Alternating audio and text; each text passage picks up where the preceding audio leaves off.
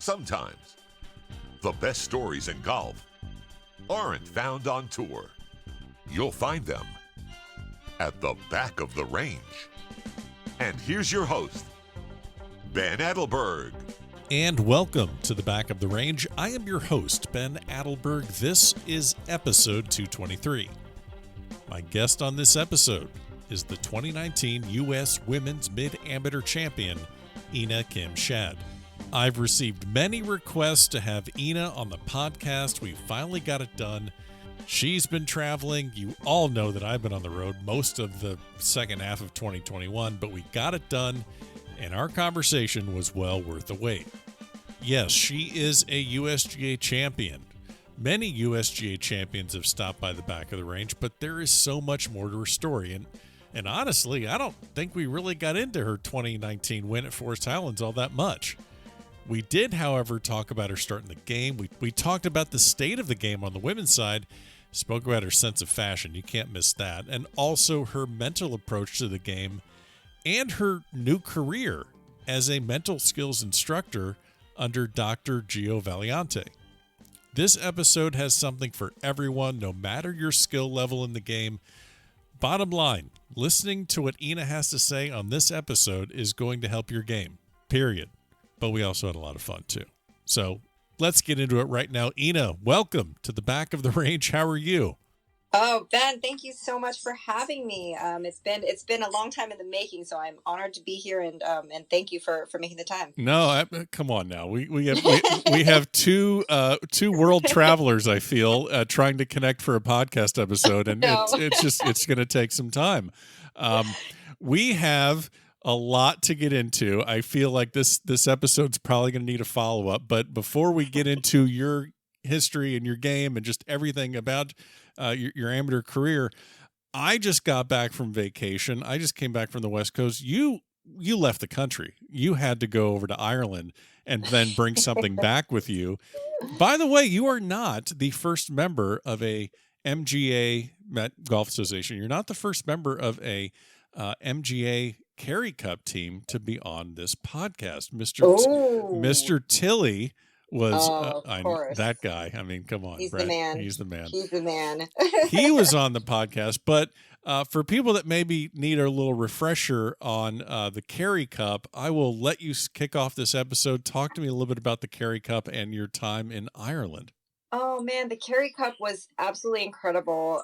So I guess the history of it is very, very cool. I think it started maybe 20 or 30 years ago. The Carey family, which is I believe Grant Carey was the governor, and he helped a lot with relations in Ireland. And so to kind of keep that up, and he was a lover and supporter of golf, the family sponsored this tournament to keep up relations between New York and Dublin.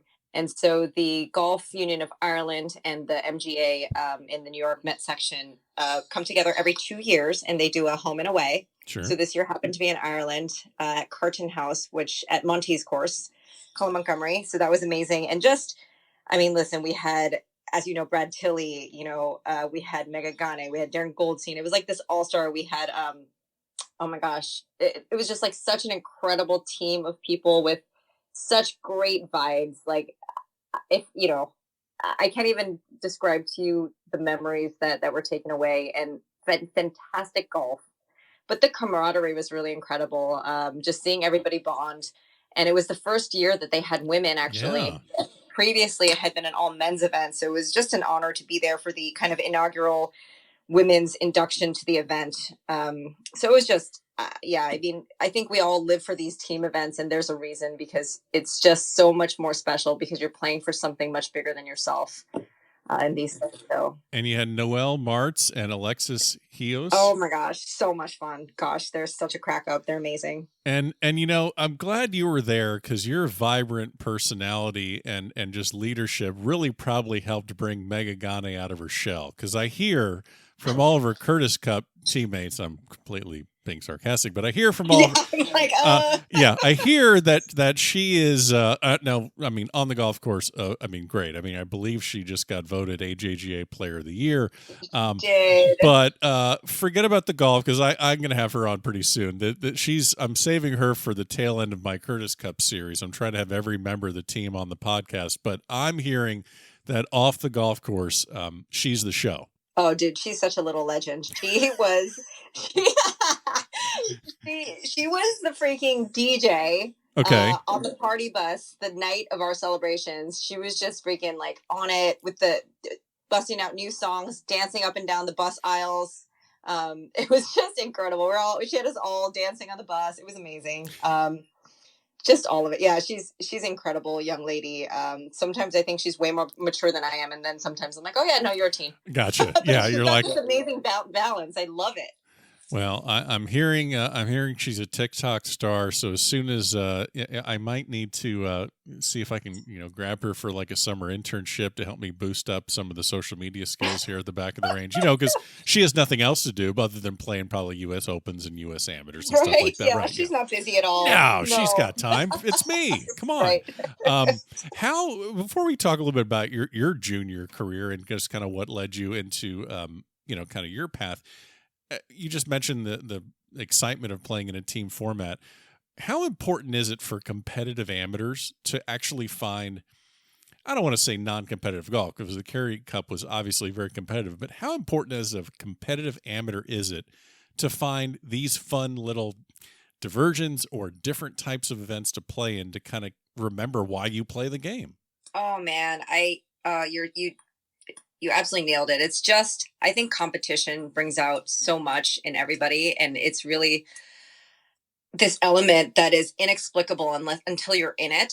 That's so exciting and visceral. And it brings out so many great and terrible things all at the same time. And it's part of the whole challenge, why we love it so much. And I think that whatever format that takes, whether it's literally like the giggle golf on Tuesday ladies day 9 holes, or the wine and dine, or the US amateur, I think you can always find something out there that makes you tick. And I think that's the amazing part about golf is there's something for everybody in competition, whether again it's handicapped, serious, not serious, it doesn't matter. It's just super duper fun, and it brings together fabulous people. I've met some of the most amazing people, some of my best friends through golf.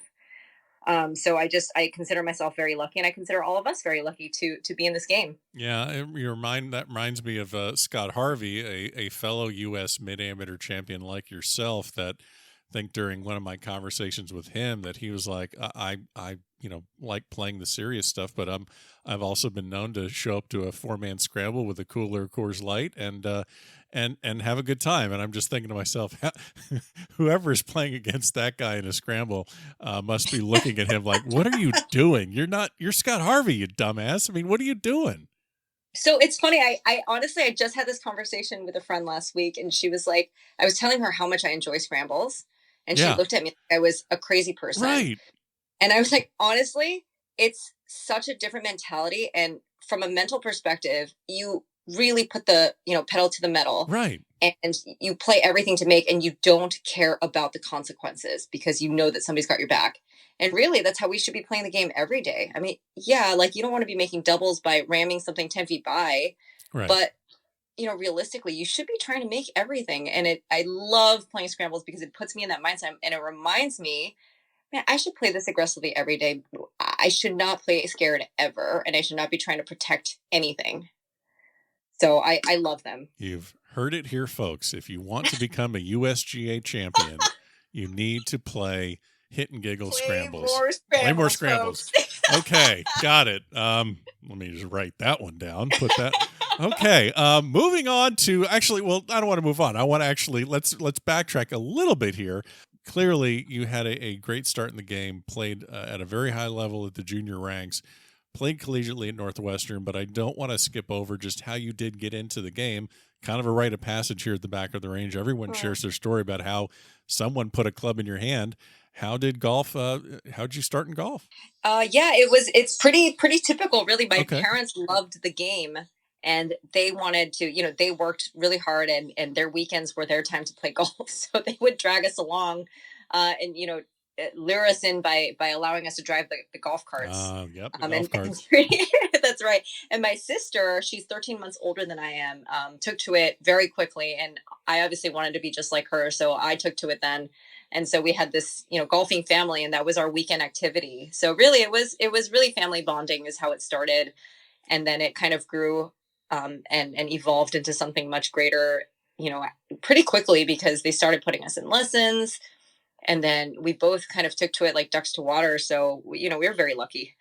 Now you have this great junior career, runner up in the 2000 U.S. Girls Junior, played at Northwestern. And for anyone that researches your career or looks up at your career and finds the 2019 U.S. Women's Mid-Amateur title to your name, almost always they find the other narrative of, well, she took a break from the game for 11 years and now she's a USGA champion. And that's just how it happened, just like that. And obviously there's a lot more to it than that.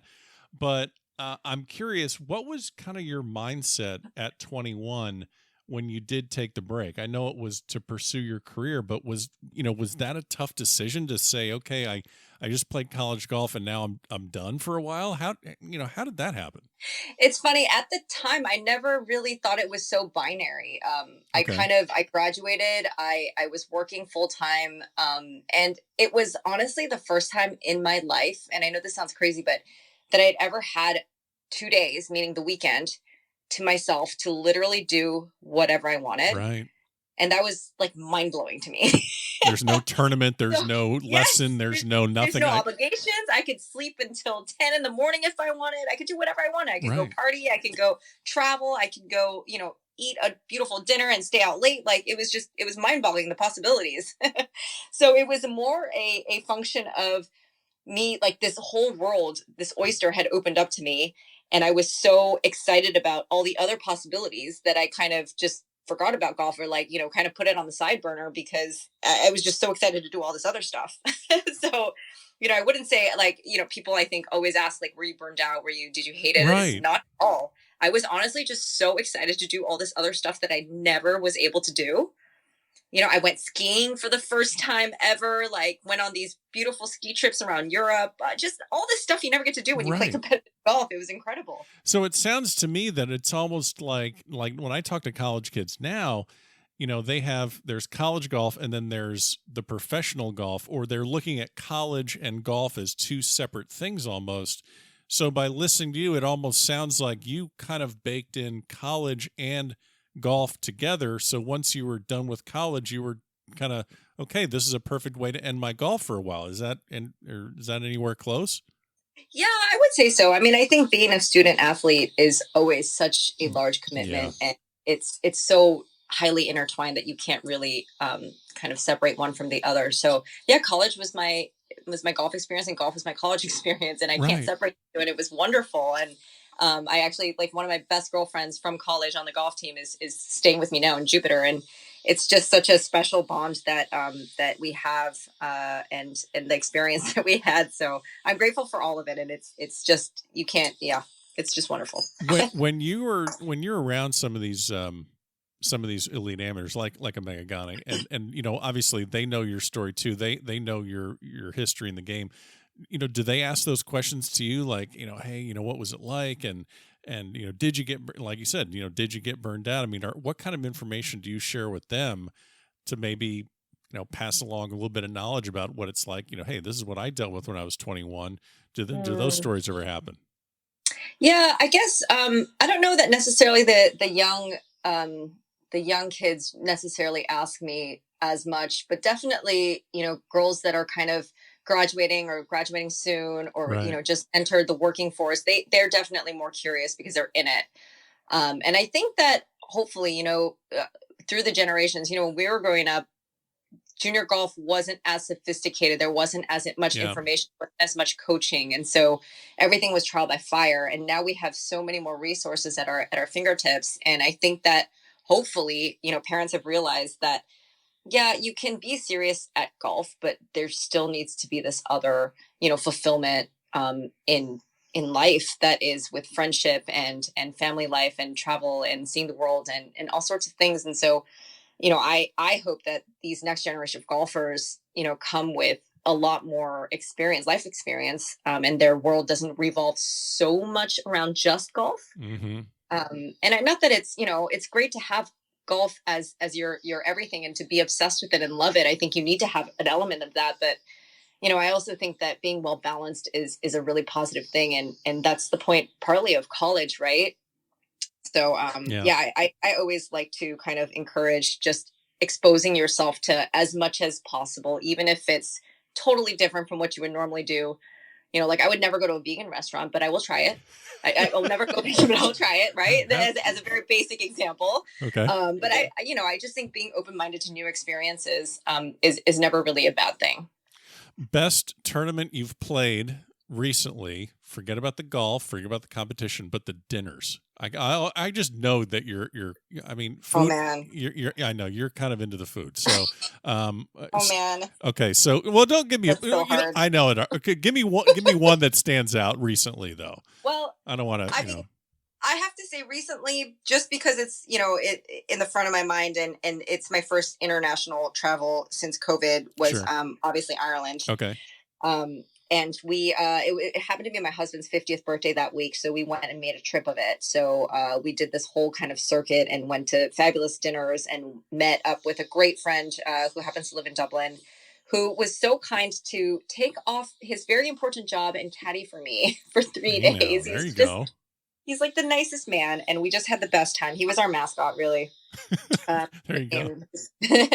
So good old Al. Good old Al. So speaking of your Al. husband, is true or false? Is he kind of what got you back into golf? Very true. You really did your homework. Good job, Ben. Well, I do. I do my best here. So Ian and I met in an elevator in London. We were both working abroad in London in finance, and he happened to have a meeting in my office building. And he recognized me from literally, I might play golf once a year. He recognized me from a golf outing I had done a couple years before.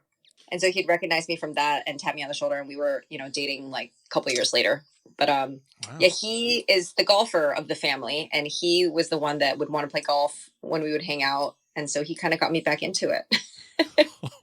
Now, so... All right, that's just fascinating right there. So he drags you into like, hey, let's play some golf again. Now, it's one thing to go out and play a little bit of casual with your husband and just go hit it around. Do you remember when it started? When when you started getting the itch again, where it started, it was like the feelings and the competitive drive started coming back. Where you're like, you're playing maybe once a week or once a month with your husband and maybe, hitting some shots and you're like, all right, that's not me. I don't hit those shots. I didn't hit those shots when I was 21. Right. I can't settle for, I shot 85 today and that's just not, I can't either. I'm going to do it the right way or I'm just not going to play. Like, I'm sure at some point that must have come across your mind. Yeah, definitely. It's funny. Yeah. The physical component actually came back pretty quickly. It takes a lot, but the consistency, it takes a much longer time. Right. And yeah, it was funny. I think it took a while before I really was motivated to practice seriously and actually get my game back to what I felt was kind of acceptable. But you're right. There's definitely that portion where you're like, you're just having fun and it's great, but you're like, man, I shot 79 today. That sucks. Right. And yeah, well, that's something that, we're going to ask. I'm going to talk to you a little bit later in the episode about what you're doing now. I mean, you mentioned finance. Well, you've kind of moved into a different phase of your professional career, so to speak. And we're going to talk about that in a little while because I have lots of questions, and I think hopefully, I know your answers are going to be of tremendous value to people listening to this podcast. But just play Scrambles. Just play. Oh yeah, I don't even. No, you're right. I don't even know why we're going further. Well, thanks for being on the podcast. Play more Scrambles, and we'll see you next week. No, but I definitely didn't want to gloss over the fact that you take this break at 21, you pick it up again, 11, 12 years later, and you get yourself to the point where now you're competing at a national level, and you win the U.S. Women's Mid-Am in 2019. There have been other great U.S. mids on this podcast, not just on the men's side, but Greenleaf's been on the podcast, and Shannon Johnson, and of course Megan Stassi. But I mean, this is I know you're in that category. I mean, you're in the category with those ladies, and you win this championship. Look, it's match play. There's stroke play, then there's a match play portion. So it's a long process to get to that final match. But maybe like the 6 months leading up to that championship, how hard were you working on it while also, trying to balance other phases of your life? Yeah, that's a really good question. So I will answer it by kind of rewinding the clock a little bit, which is, I guess I started playing again in 2016. I left my last company and I just kind of wanted to take a little bit of time off. And at that time, I kind of thought it would be 6 months to a year mentally.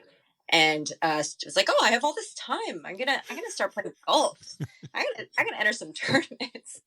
And it kind of went down this rabbit hole of golf very, very quickly. And I physically was playing really well. I was actually winning tournaments right off the bat, and it was a lot of fun. But I found myself very anxious, and I had such high expectations that I was constantly disappointing myself, even with wins.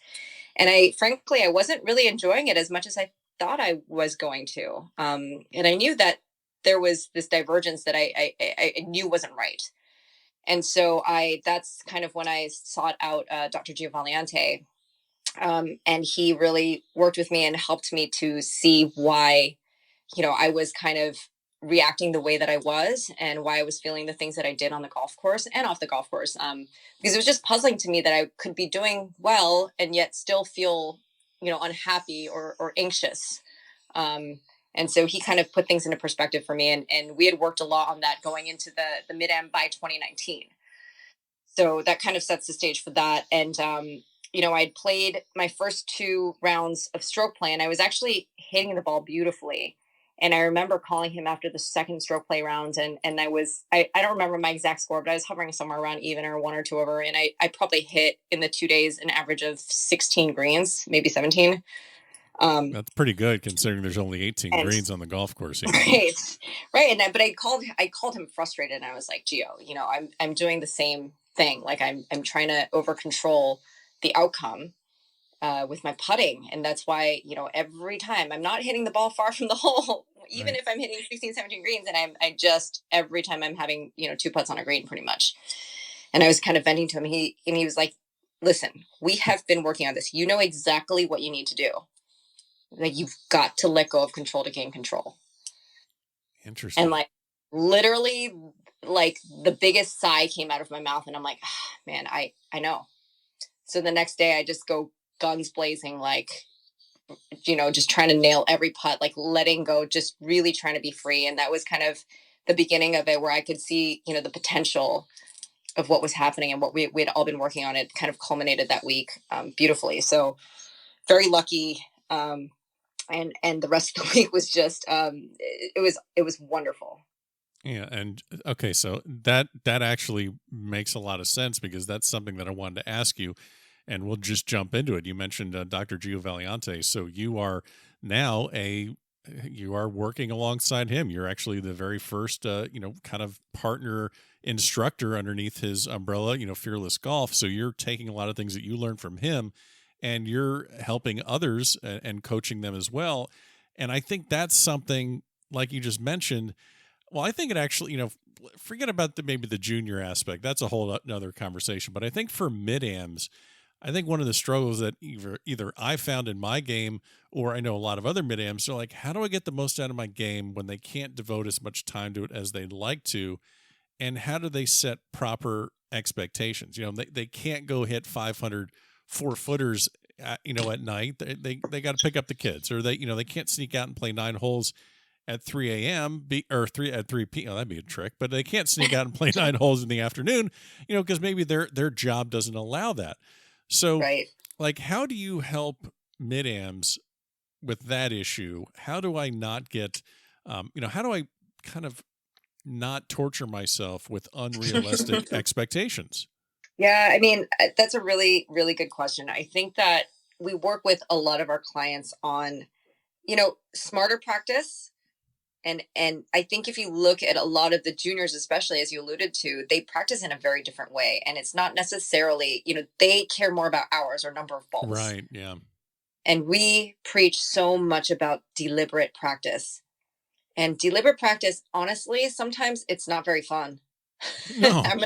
I'm gonna be open with you. Sometimes it's really fun and it's really fulfilling, but there are times where it's just not fun. It's a grind, but it is what makes you better. And so if you can dedicate 30 minutes rather than 3 hours and really, really focus on exactly what you're doing, have a goal, and work towards that specific goal, and you have direct, immediate feedback towards what you're trying to achieve, whether it's through video or, you've got a putting gate, like whatever you're working on, direct feedback, and having that very, very intent focus on what you're trying to do, and then being able to tweak it and have direct feedback each time to know exactly how you're doing it. This is how people get better. And so if you can dedicate just a small amount of time with very, very focused, goal-oriented practice, that is way more meaningful than being able to just, hit 100 golf balls on the range, pick up driver and just rip it. So let me follow up that statement, which makes complete and total sense. And I would imagine that anyone that you talk to understands that concept. Of course, it's deliberate, it's goal driven, it's purposeful. Why don't we all do that already? As I said, it really is. It's very challenging. It takes 100%. I'm not kidding. 100% of your commitment and your mental capacity when you're doing it.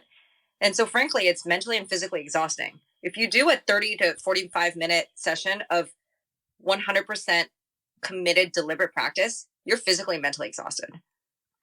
So what you're saying is when people say on a golf course, I took one shot at a time, maybe they're hitting that tee ball, they're locking in for those 40, 50, 60 seconds of executing their tee shot.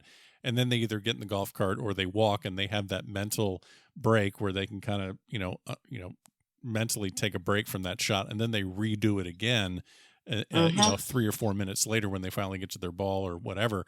So you're saying instead of that 3 or 4 minute break, you're doing it one after the other and going through full pre-shot routine, full everything. That's why the exhaustion sets in. Yes, absolutely. It's effortful. It is complete focus, and you're analyzing, the outcome to try and get feedback to what you need to do next or what you need to tweak on the next, rep. And so it's a lot going on in that condensed session. But that being said, I love what you said about the staying present, because that's absolutely what we preach. We kind of, we call it 20 seconds of greatness, which is literally, we want you to be so focused in on your shot for 20 seconds, like 100%, every cell in your body committed to that shot, in it. And then as soon as you hit, we want you out of it.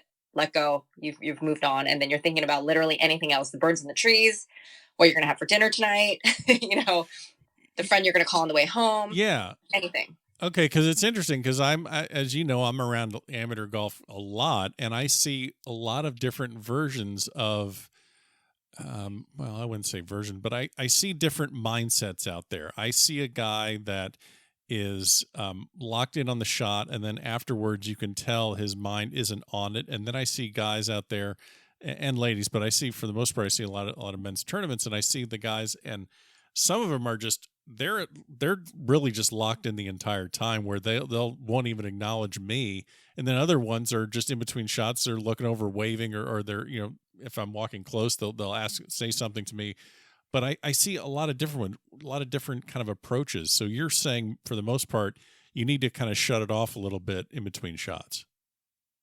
Yes. I mean, that can take many forms, right? When you're in the zone, sometimes it's hard to get out of it, air quotes. Right. You may be thinking about other things, but you're still locked in. So you may walk more intentfully, right, intentionally, and you may have a very fixed gaze, but that doesn't mean you're necessarily, you're not kind of thinking about the last golf shot or the future golf shot necessarily. Okay. You're just kind of intense, right? You're focused in general. Okay. How far? So, we have a game right now that's everyone's obsessed with swing speed and ball speed and launch angle and spin rate and, several other things. How far down on the list do you think mental conditioning is right now? It's obviously not where it should be, I would guess. Yeah. But where do you think it sits right now from the players you've worked with?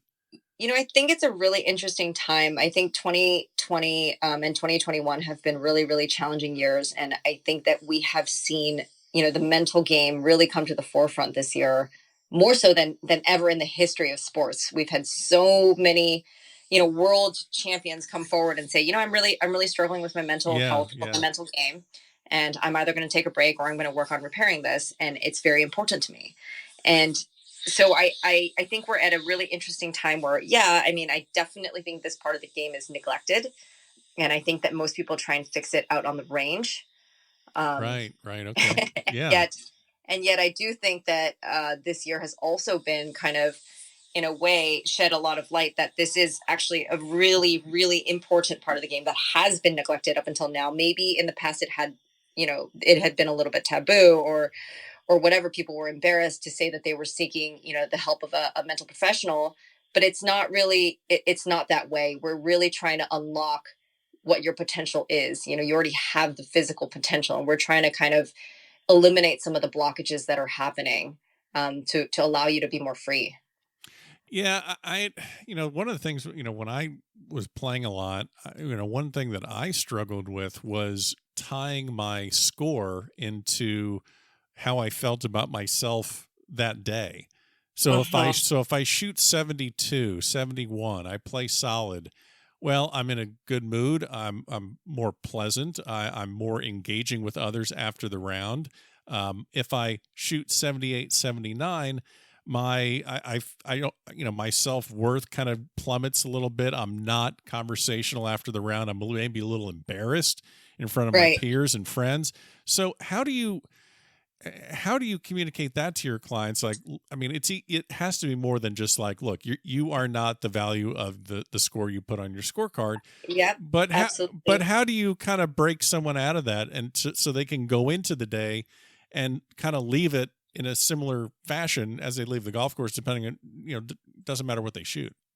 Yeah, absolutely. So I'm really making you work here, by the way. No, it's good. Okay. It's good.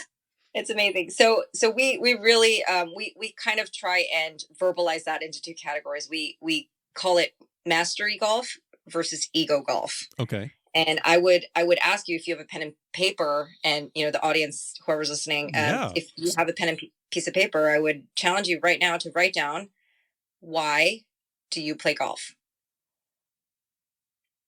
Why? I wrote down fun. Is that right? Absolutely. Okay, good. Whatever comes to your mind. There's no right or wrong answer. This is not a test, and you don't even have to share the answers with me. But the point being that I think that everybody's why is different, but it tends to have started because the love of the game, the challenge. You love, the work that you get to put in and experience incremental gains, out on the golf course. You love the interaction with your friends. You love going out and being in nature, like all these positive things. And then you get off the golf course every single day. And what are the first two things that people ask you when you get off the golf course? What'd you shoot? Yep. What'd you shoot? How'd you play? Which are completely results-oriented questions. And so you start from, loving the game and the process. And then the world, society conditions you to just care about the results. And so over, your entire career from junior golf until now, you're pretty much conditioned to not care about the journey at all and only care about the destination. And then your self-worth gets tied into that. So every day your ego is being attacked, and you're pegging your confidence and everything else on this thing that you can't control, which is score. You can't control score. You've been out there on days where you're like, man, I can't miss a shot, and you're going to shoot 68 or 64, whatever it is. And there are some days where you hit it so well, and then you just, for some reason, you shoot 79. Yep. It happens. You cannot control your score. So when you start pegging your self-worth to that score, which is an uncontrollable object, you're basically handing the car keys over to someone else, right? Your happiness is now pegged to something that you have no control over. It makes a lot of sense, because now that I'm thinking about it, nobody in their right mind is writing down on a piece of paper, I got into golf because I want to shoot 66. No. You start because it's fun. Right. And all these, probably people hopefully have a laundry list of 20 different reasons why they play. It's right. Fantastic. And generally, they're all to do with the journey. They're all to do with the process. They're all to do with the context, not the result.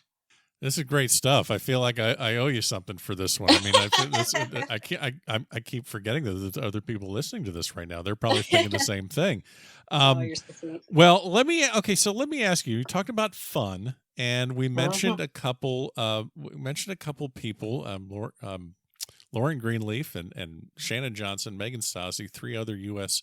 women's mid-am champions that have been on this podcast. Yes, well, I have a Megan Stassi story that I am going to share with you. And, it's not competition here, but if you have one that can top this one or share one that you have maybe of one of the other ladies or of Megan, go ahead. But I had the great fortune of playing golf. I played a round of golf with Megan Stassi, 4-time U.S.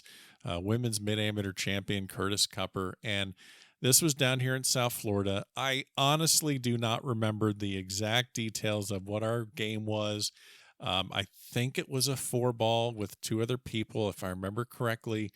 But at the end, I don't remember the specifics. But bottom line is, I think my team won.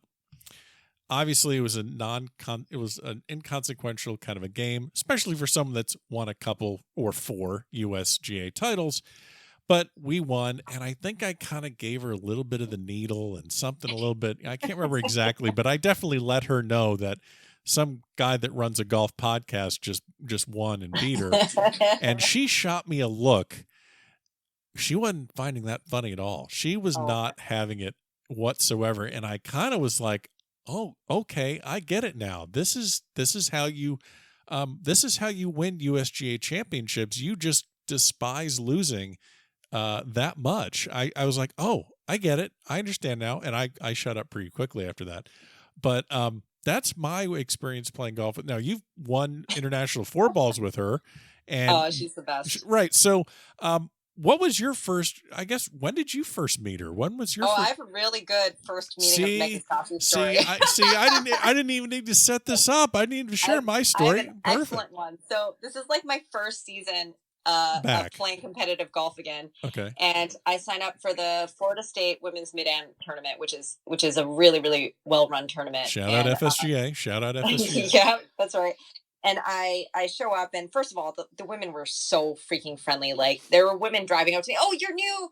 I'm so-and-so. Like, so nice to meet you. So glad you're here, blah, blah, blah." It was just so lovely. You're like, what? What is this?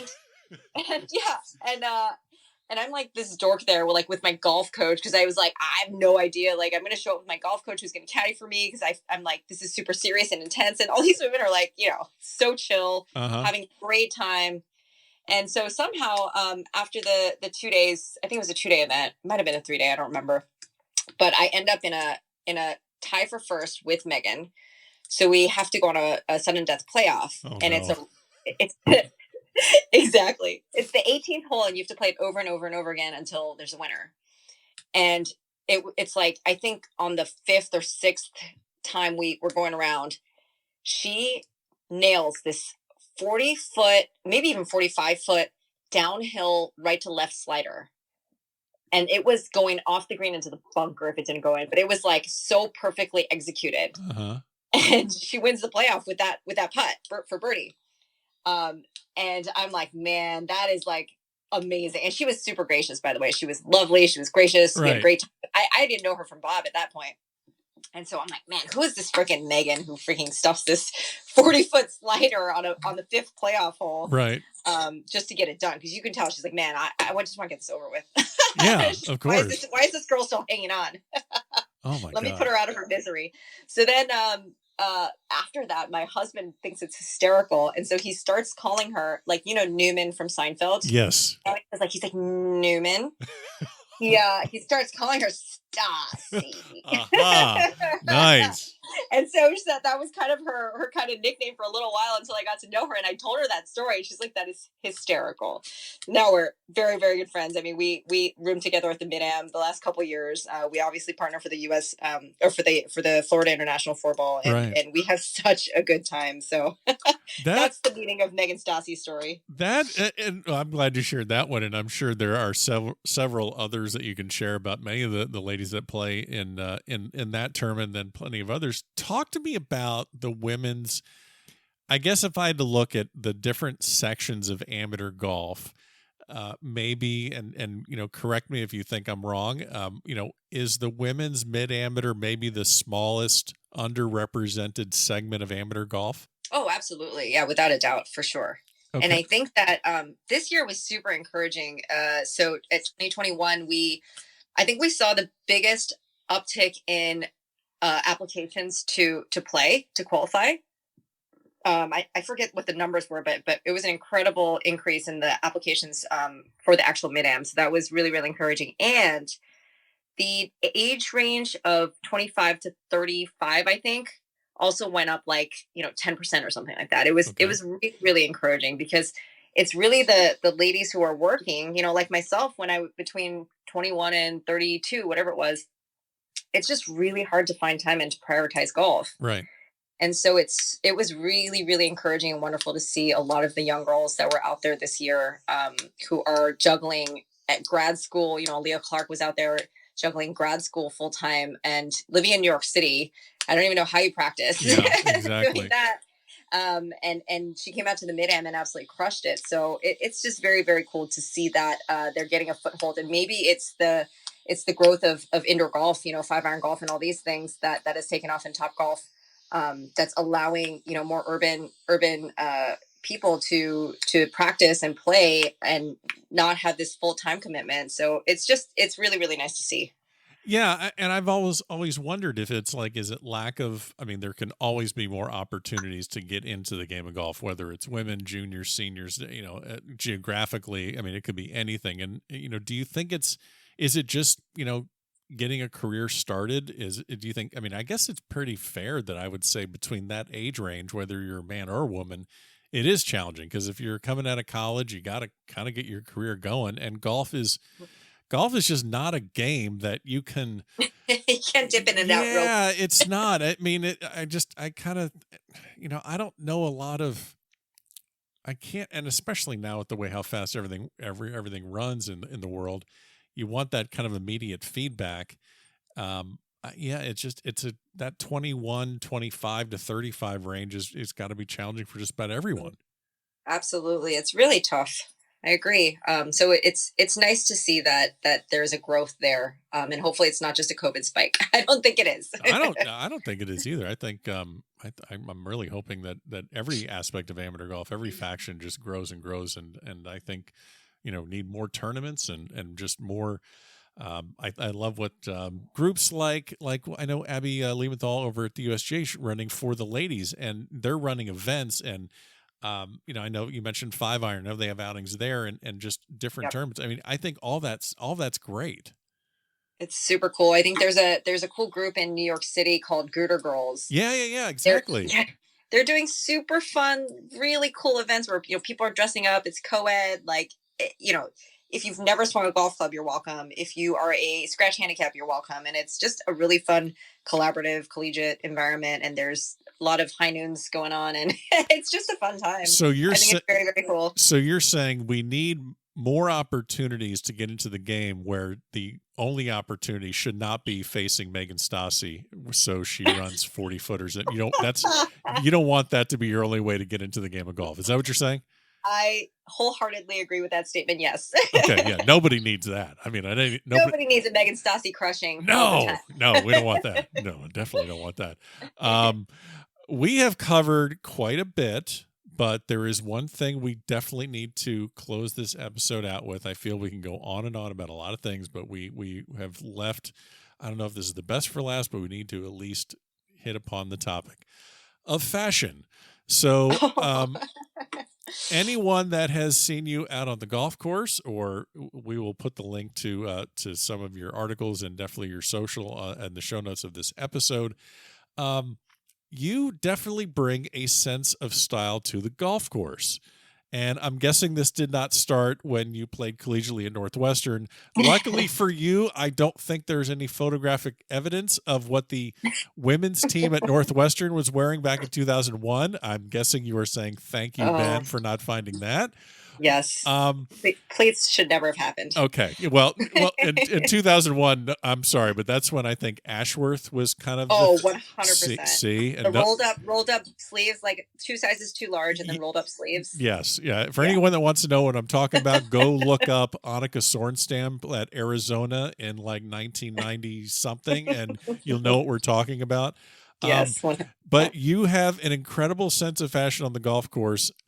Is this something that you save for the golf course, or is this just you've brought your sense of fashion from maybe your professional career or wherever, like, oh, well, why wouldn't I, dress up? I mean, walk me through this so I can understand. Yeah, honestly, it's just me in everyday life as well. Okay. Whether I was working, even now, just wearing street clothes, I really have fun with fashion. And I think part of the having fun is I honestly just don't care what people think. I will wear whatever I want if it makes me happy. So that's kind of my fashion mantra. And you'll appreciate that my kind of fashion hero is Iris Apfel.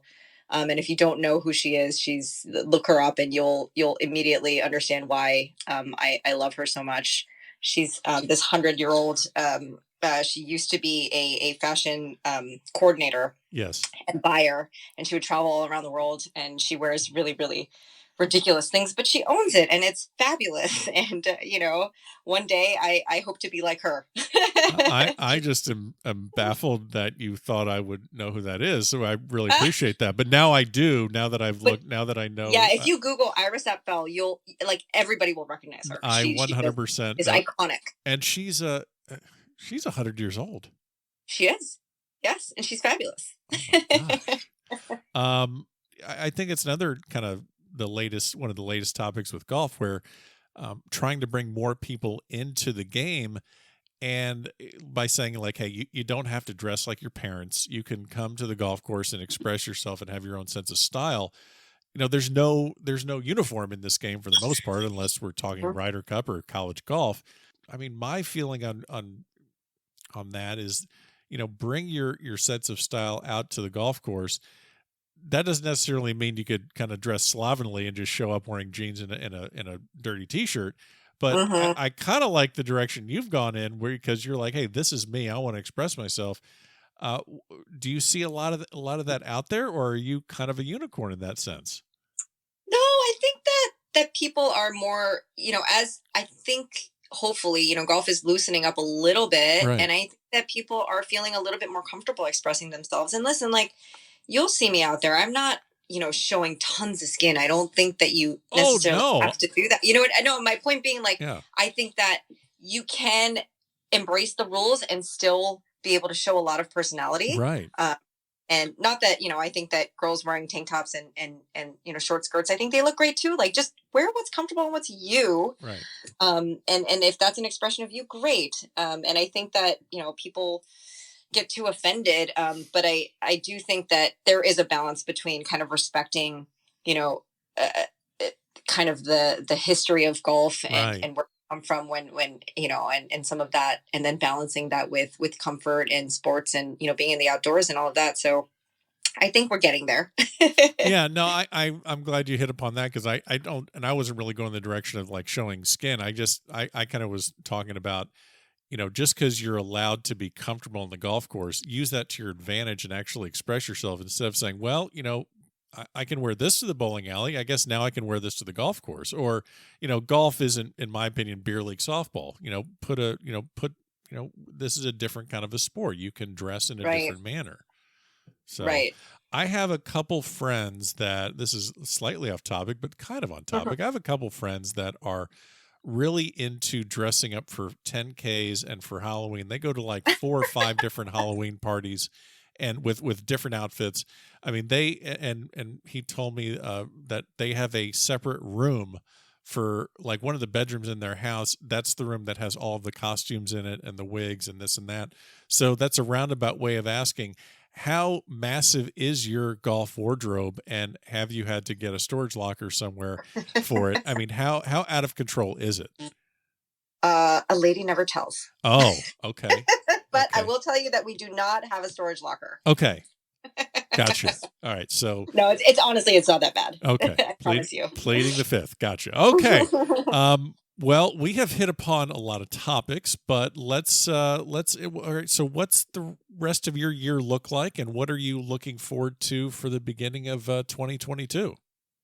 Yeah, so I am kind of winded down my competitive play for this year, and I actually didn't get to play in as much as I would have liked, but it's been a great year, and I'm looking forward to a lot of kind of just working with clients, and family time and the holidays and a little bit of travel, and hopefully that'll tee us up nicely, this off season to going into the new year, and a few tournaments for both my clients and myself. So hopefully we'll start off with a bang in the new year. So I'm really looking forward to the working hard this off season, and then starting a new year.